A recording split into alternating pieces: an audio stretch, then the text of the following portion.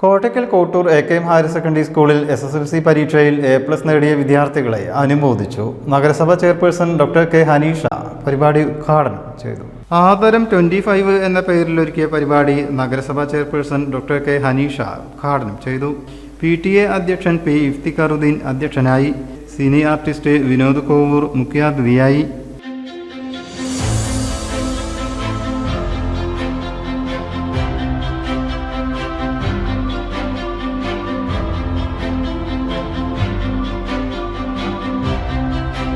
ഈ വർഷം സംസ്ഥാനത്ത് ഏറ്റവും കൂടുതൽ കുട്ടികളെ പരീക്ഷയ്ക്കിരുത്തി 100% വിജയം കൈവരിക്കുന്ന എയ്ഡഡ് വിദ്യാലയമെന്ന നേട്ടമാണ് സ്കൂള് സ്വന്തമാക്കിയത്. പരീക്ഷ എഴുതിയ 1455 കുട്ടികളും തുടർ പഠനത്തിന് അർഹത നേടി. തുടർച്ചയായി 7ാം തവണയാണ് സ്കൂൾ 100% വിജയം കൈവരിച്ചത്. വിദ്യാലയത്തിലെ 186 കുട്ടികൾ മുഴുവൻ വിഷയങ്ങളിലും A+ നേടി. 69 കുട്ടികൾ 9 വിഷയങ്ങളിലും A+ നേടി.